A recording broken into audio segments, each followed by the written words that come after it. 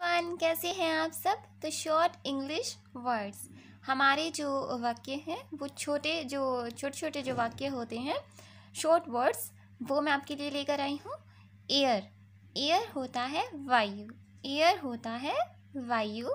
Wind होता है हवा, विंड क्या होता है? हवा।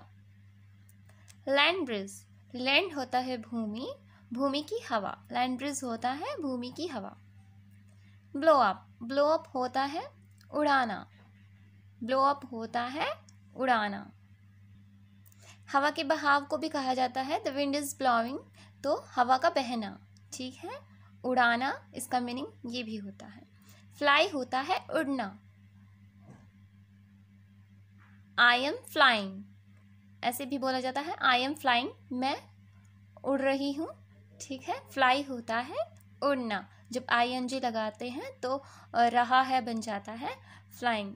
कोई भी काम हम कर रहे होते हैं तो फ्लाइंग, ING लगाकर फ्लाइंग बन जाता है। ये देखिए, ये है सिंगुलैरिटी, फर्स्ट वर्ड सिंगुलैरिटी, व्यक्तित्व, निरालापन। सिंगुलैरिटी से हम इसे याद कैसे रखेंगे? सिंगल होता है एक अकेला, अकेला जब होता है, अकेला पर्सन, सिंगल पर्सन हम बोलते हैं। जैसे हम ये भी बोलते हैं कि वह उसकी कोई गर्लफ्रेंड नहीं है, वह सिंगल है, क्योंकि वह क्या है? वह सिंगल है, ठीक है। तो उसकी कोई गर्लफ्रेंड नहीं है। अब यहाँ है सिंगुलैरिटी, सिंगुलैरिटी होता है जब इससे हम ये याद रखेंगे, सिंगल जो अकेला होता है, निराला होता है, निरालापन भी इसे कहते हैं कि वो सबसे अलग है, वही एक सिंगल पीस है, ठीक है। तो हम इस चीज़ से याद रखेंगे, सिर्फ माइंड में बैठाने के लिए मैं आपको बता रही हूँ कि सिंगुलैरिटी होता है, निरालापन भी होता है और व्यक्तित्व भी होता है। वेकीनेस, वेकीनेस और सिंगुलैरिटी, ये जो दो वर्ड हैं, इनका दोनों का मीनिंग जो होता है एक ही होता है, व्यक्तित्व और निरालापन। वेकीनेस और सिंगुलैरिटी, सिंगुलैरिटी से हम याद रखेंगे कि निरालापन होता है, क्योंकि वो एक सिंगल पीस है, वो सबसे अलग है, वो सबसे निराला है, ठीक है। तो चलिए आगे बढ़ते हैं। वेकीनेस भी वही होता है, निरालापन, व्यक्तित्व। पुट होता है रखना, पुट, मान लीजिए आप स्टोव जो होता है, चूल्हा जो होता है, उसके ऊपर कोई चीज़ रखते हैं, कुछ भी, कोई भी बर्तन हम रखते हैं, जब हम कहते हैं तो पुट, ठीक है, पुट। वारिस, द हेयर होता है वारिस, द हेयर होता है वारिस। वारिस क्या होता है? जो इकलौता कहते हैं ना, वो घर, उस घर का इकलौता वारिस है, इकलौता जो है बेटा है, तो वो होता है वारिस। गिव होता है देना, गिव देना। गिव मी ए पेन, मुझे एक पेन दो। गिव मी कुछ भी आप बोल सकते हैं। Give me fruits, give me some fruits, मुझे कुछ फ्रूट्स चाहिए, फ्रूट दो मुझे कुछ। Give me fruits, give me pen, give me books, कुछ भी बोल सकते हैं। इनहेरिटर, पूर्वजों से प्राप्त करने वाला। अब ये जो वर्ड था ये वाला, द हेयर होता है वारिस, और ये जो वर्ड है इनहेरिटर, ये वही वर्ड है, इनहेरिटर लगा है। पूर्वजों से प्राप्त करने वाला, उत्तराधिकार में पाने वाला। जो उत्तराधिकारी होता है, इकलौता जब वारिस होता है, तो उसे ही सब कुछ मिलता है, वो पूर्वजों से प्राप्त करता है, बड़ों की चीज़ उसे ही दी जाती है।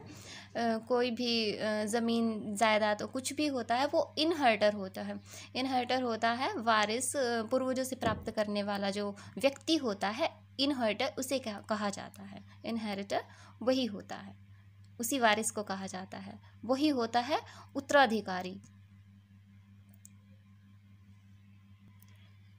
ड्राइव्ड फ्रॉम नेचर, प्रकृति से व्युत्पन्न, प्रकृति से पाने वाला। जो प्रकृति से पाता है, बाय नेचुरल, जो जिसके पास जो सुंदरता होती है या कुछ भी होता है, कोई आर्ट होती है उसके अंदर, कोई कला होती है किसी इंसान के अंदर, तो प्रकृति से पाने वाले इंसान को कहा जाता है derived from nature. Naturalistic, naturalistic कहो या नेचुरल, बात एक ही होती है। प्राकृतिक, प्राकृतिक सौंदर्य है, नेचुरल ब्यूटी जिसे कहा जाता है। नेचुरलिस्टिक है वह चीज़, तो वह प्राकृतिक है, तो उसे वही है, वही मतलब होता है इसका। रॉ होता है कच्चा, रो होता है कच्चा या अनिर्मित, जिसे कहते हैं अनिर्मित, जिसका निर्माण नहीं हुआ है अभी, जो माल कच्चा है, रॉ मटेरियल्स जिसे हम कहते हैं। और अनिर्मित को अनमैन्युफैक्चर्ड जिसे कहा जाता है, वो अनिर्मित होता है, वो भी कच्चा माल ही होता है जो पूरी तरह से जिसका निर्माण अभी नहीं हुआ है। मैं आपको समझाती हूँ। जैसे कि रॉ मटेरियल जिसे हम कच्चा माल कहते हैं, कच्ची सामग्री जिसे कहते हैं, तो जिससे प्रोडक्ट तैयार किया जाता है, वो अभी माल कच्चा है लेकिन अभी उसका प्रोडक्ट बनना है। मान लीजिए आप कोई भी होममेड कोई चीज़ बनाते हैं, क्रीम बनाते हैं, तो पहले उसमें जो है मटेरियल्स यूज़ जो किया जाता है, तो फिर उसके बाद एक प्रोडक्ट बनकर जो मार्केट में हम प्रोडक्ट्स लेने जाते हैं, तो वो पूरा का पूरा हमें एक प्रोडक्ट रेडी किया हुआ मिलता है, वो भी किसी कच्चे माल से निर्मित होता है। तो वही चीज़ होती है, जब निर्माण उसका हो जाता है तो वो एक प्रोडक्ट के रूप में हमारे सामने आता है। ठीक है, कोई भी चीज़ आप खरीदने जाते हैं मार्केट के अंदर, तो एक प्रोडक्ट लेकर आते हैं वहाँ से। प्रोडक्ट होता है उत्पाद, जो कच्चे माल से बनकर हमारे पास एक प्रोडक्ट के रूप में आया है। तो रॉ मटेरियल उसे ही कहते हैं, कच्ची सामग्री से जो चीज़ तैयार की जाती है, बाद में जो हमें रिजल्ट मिलता है, जो परिणाम हमें मिलता है, वो एक प्रोडक्ट के रूप में हमारे सामने पेश किया जाता है।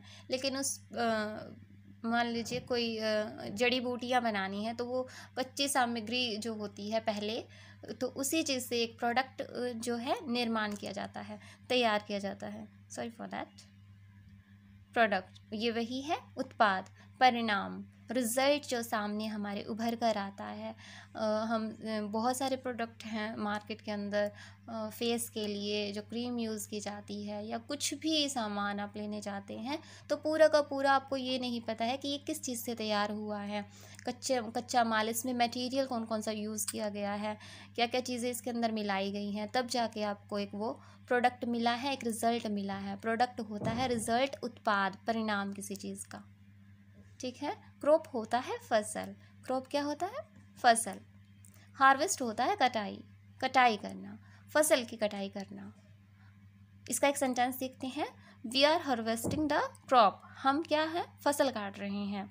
काट रहे हैं, ये भी समझिए, सेंटेंस के सेंस को समझिए। ING लगा है तो रहे हैं, रही है, रहे हैं जब आ जाता है सेंटेंस में, मैं कर रहा हूँ, मैं लिख रहा हूँ, I am writing, I am doing, I am coming, I am going, मैं जा रहा हूँ, मैं बैठ रहा हूँ, आई एम सिटिंग, मैं चल रहा हूँ, आई एम वॉकिंग, तो ING लगता है। अब यहाँ क्या है? मैं फसल काट रहा हूँ।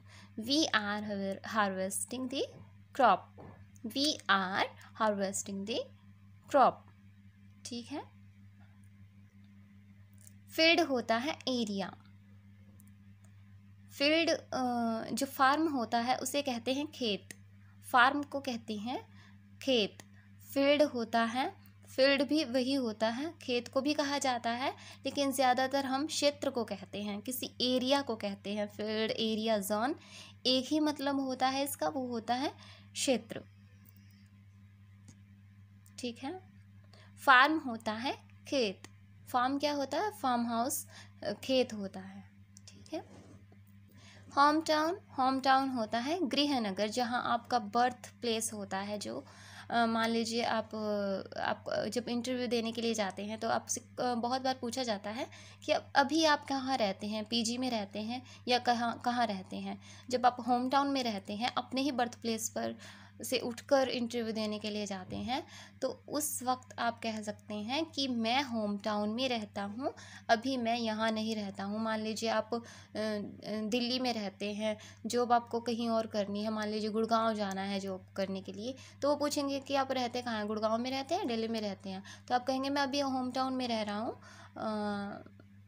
फ़िलहाल के लिए मैं होम टाउन में हूँ, यानी कि बर्थ प्लेस पर हूँ, अपने बर्थ प्लेस पर ही मैं रहता हूँ, होम टाउन में रहता हूँ, गृहनगर। ठीक है। बिगिन होता है शुरू हुआ, शुरू करना, बिगिन करना किसी चीज़ को, बिगिन होता है शुरू करना या शुरू हुआ। मोर होता है अधिक। मोर होता है अधिक। मोर वहाँ यूज़ किया जाता है जहाँ अधिक कोई चीज़ होती है, अधिक। ठीक है। तो मिलते हैं नेक्स्ट वीडियो में, तब तक के लिए बने रहिए और चैनल को लाइक कीजिए, कमेंट कीजिए और ग्रामर पोर्शन जो मैंने बहुत इजी तरीके से समझाया है उसको समझिए और वीडियो को शेयर करना बिल्कुल मत भूलिए और बेल आइकन को क्लिक कीजिए। Love you all. तो चलिए मिलते हैं नेक्स्ट वीडियो में, तब तक के लिए बाय बाय।